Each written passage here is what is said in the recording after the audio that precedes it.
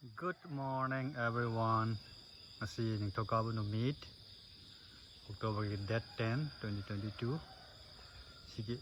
lambi se Leimakhong lambi dagi ne yelom lauraga smai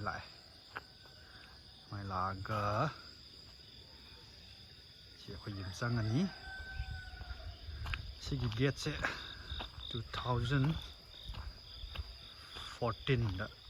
lỗ mà tầm xà kiểu này máy nó sang cái ní khôi kì không chứ khôi kì chăm chăm vợ dùng kì tu rắm tàu cái ngasi đi máy chăm sang aga sang ngồi lại đấy ôi thằng mà ta là khôi sumang lại đấy quay phật gì chứ Sigi hai kru pambi je fazana pale aduga si sumang yore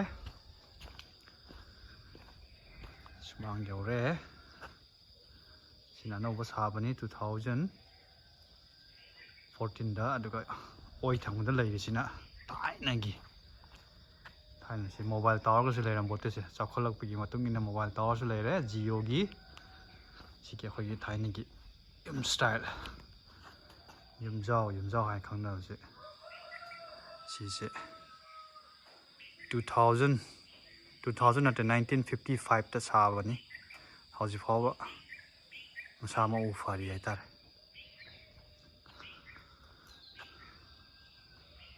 ai re laphu sangoi mai sa laga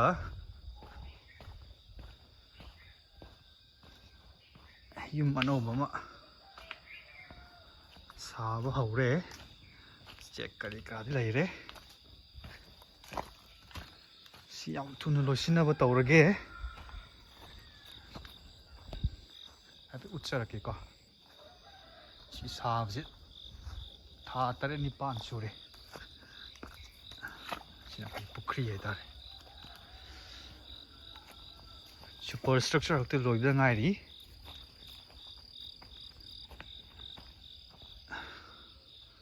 Hꯧzik si ayuk ki pung manga khar henjile Smai dai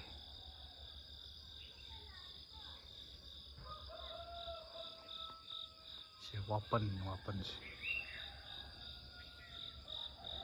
mathak te ki car ka namjarake ko sim hayang mai memory or swai sina sumang oi na bai ta dan I will go up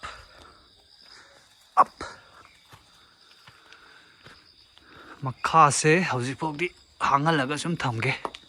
hayang wai koina phajana khurkhul da leirani hai kanda kaino matam bi matam ni tawrage go off stairs sumang le Ga first floor yore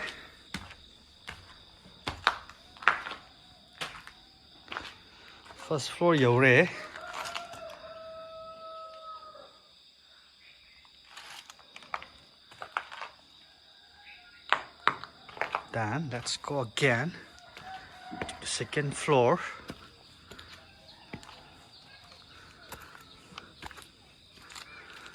kakacharake yes. Second floor yore wow what a view hill view ne jidi fazaje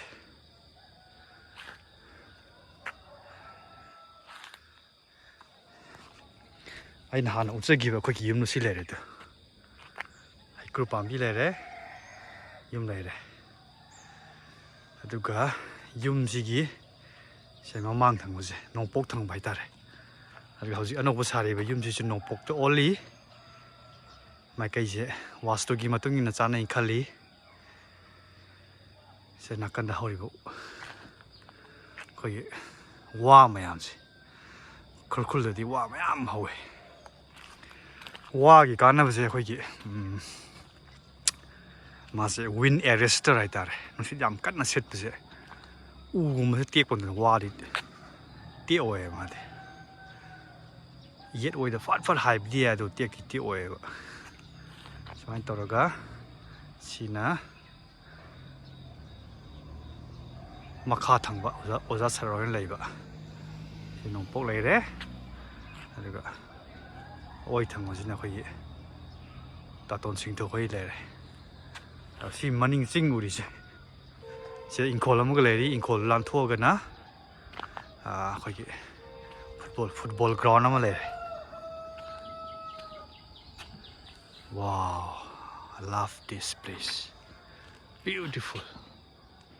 si amaga hena wa floor amaga hapaga di view di nei rani ngai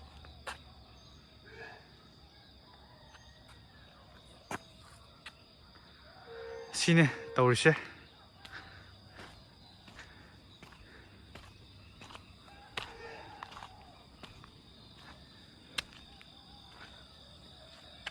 pokhri ro sile to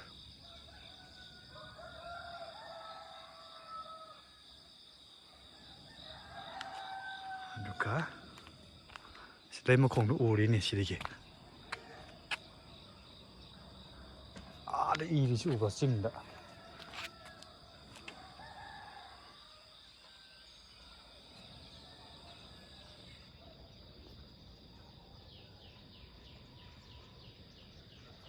iri je Leimakhong ani iri do singda aduni sine mayam khogi Khurkhul da leiba inkhol gi tour hairaga di adum memory oina blogjabani mayam video si yengda kajitang oiraga su nungairaga di like tawbiramu share tawbiramu subscribe tawbiramu muthangda sum toraga hena phaba hena phajaba hena kanaba video nambo ojige thank you so much mayambu khurumjari nuaina husang pan review jai hind